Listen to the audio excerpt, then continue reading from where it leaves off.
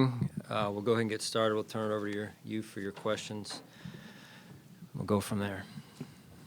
Sean, I know you talked on Monday about starting from scratch with this game plan.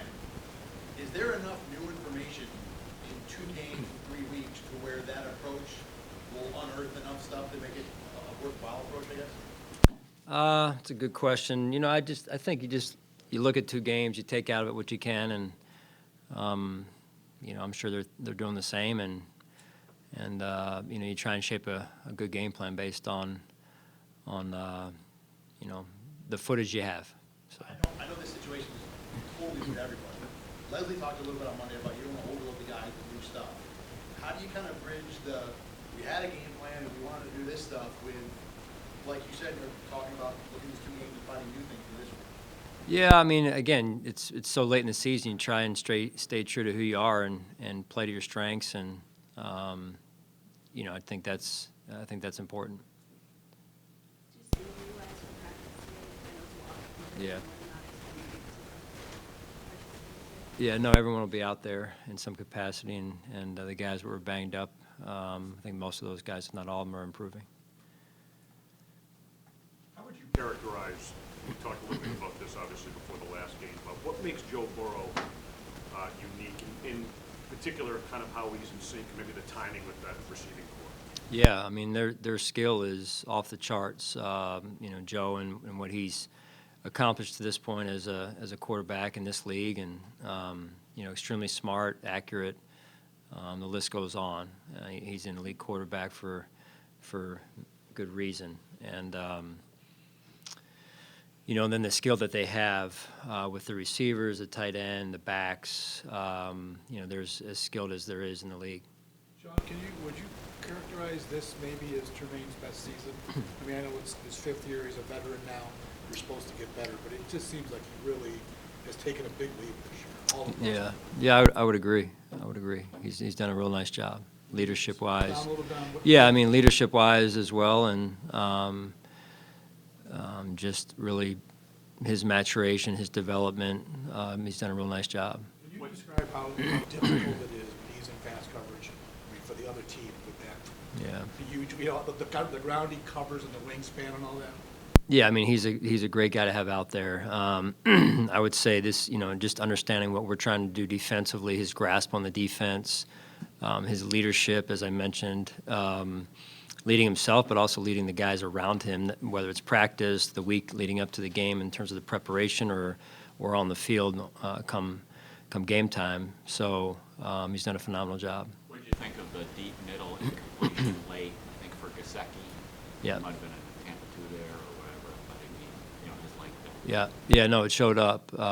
He's tough. He's a tough guy to throw over in that regard, and because of his height, because of his wingspan, and he does a good job in those elements there. Sean, when you hear Ken Dorsey say quarterback play is being smart, not conservative, what does that mean to you? Can you expand on in your philosophy and how you share that with philosophy? Yeah, you don't want to, for lack of a better way of saying, put the handcuffs on someone, and there's a balance there of you prepare to put the work in, and there's calculated risk, but calculated being the key word there. So, that's that fine line, the balance that you try and strike every week with every decision that we make, or every decision that our quarterback makes in this case. Sean, we heard Kaiir's teammates talk about how hard he's worked to get to where he is right now. What part of his game have you seen him develop the most through that hard work? I don't want to say it's an unfair question, Josh, because he's young, right? He's in his first year, so we're really still learning who he is, and on the field, off the field. That happens during the first year, where you're seeing players in practice, you're seeing players off the field, you're then seeing them in games, regular season and now postseason, and really he's revealing himself to us, and we're, our awareness is heightening in terms of who he is.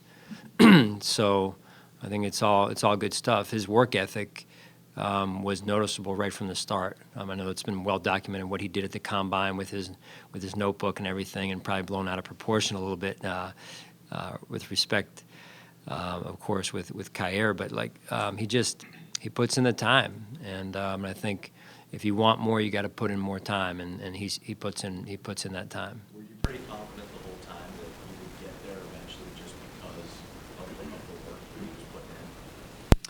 Well, I think get there is a loose term, right? So talking about a first-year player, and I mean it's like it is for all of us. We're always trying to improve, always trying to grow.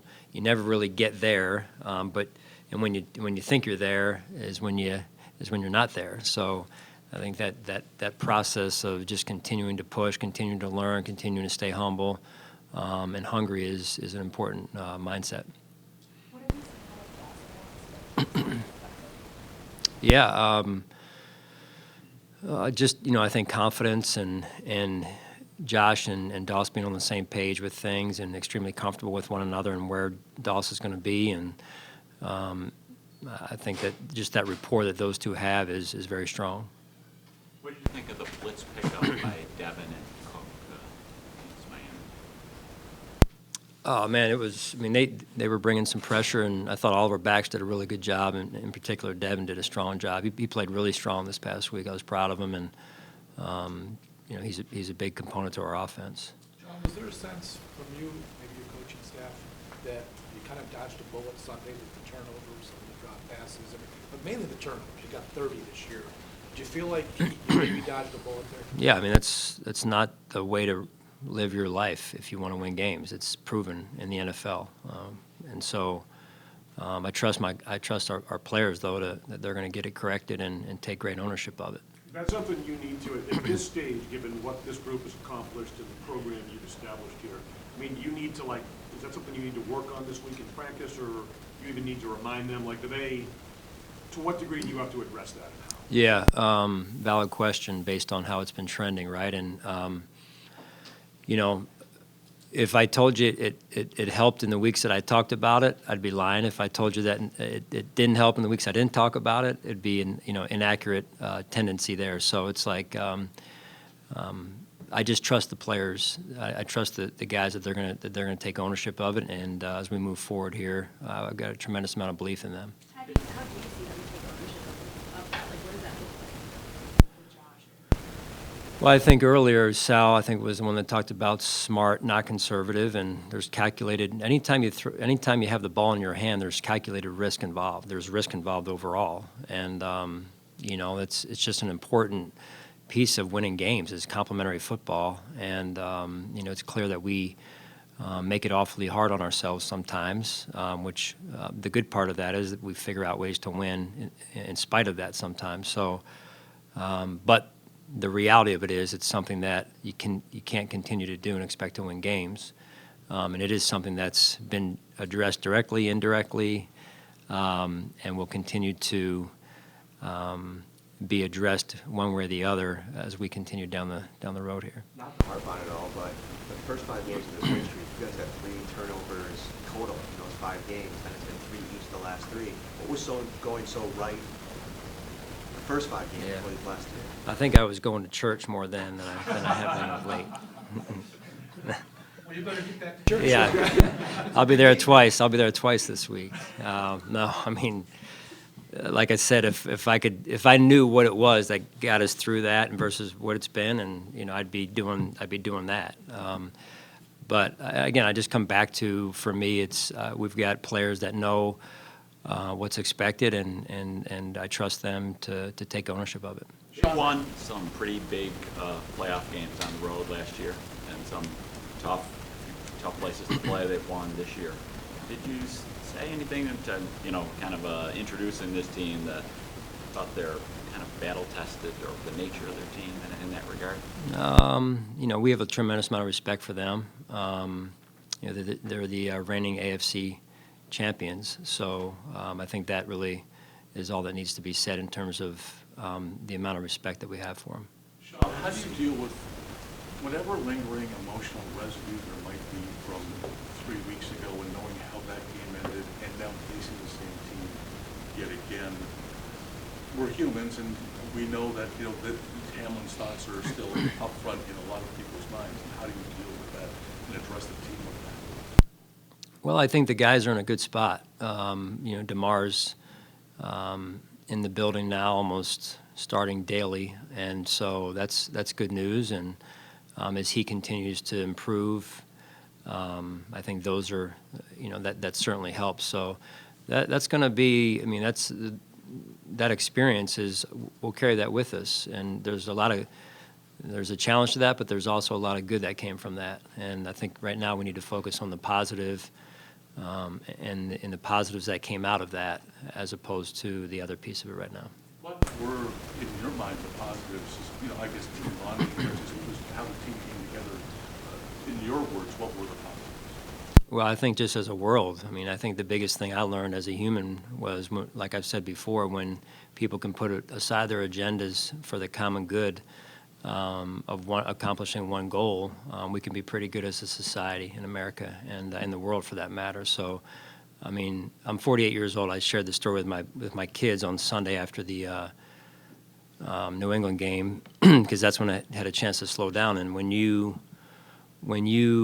can go through your life 48 years and not really have an experience like that, and then that happens, that God's real, and that there's power in prayer, and miracles do happen.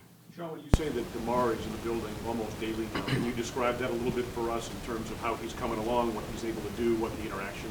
Yeah, it's limited just overall, but he comes in and really just started really today or yesterday, and just trying to get back to a little bit of a routine and just getting himself acclimated again and taking it one step up, baby step at a time here. Is he in meeting rooms or No, nothing no, like that? no, just kind of, getting himself, dipping his toe back in here, and getting on the road to just getting back to himself. Sean, how rewarding is it as a coach when you see like Terrence play where he punches the ball out? Yeah. Stradavius does the same thing kind of down the sideline. Those are things you rep every day. They're preaching, especially a DB coach, I'd say. How rewarding is it to see those techniques used and it come to fruition? Yeah, big. Those guys have been working hard. John Butler, Jimmy Salgado, Bobby Babich do a good job in the back seven world of working with those guys on proper techniques to make plays on the ball. And at the end of the day, you're going to have plays that need to be made, and we're starting to make them now. Good. Thanks, guys.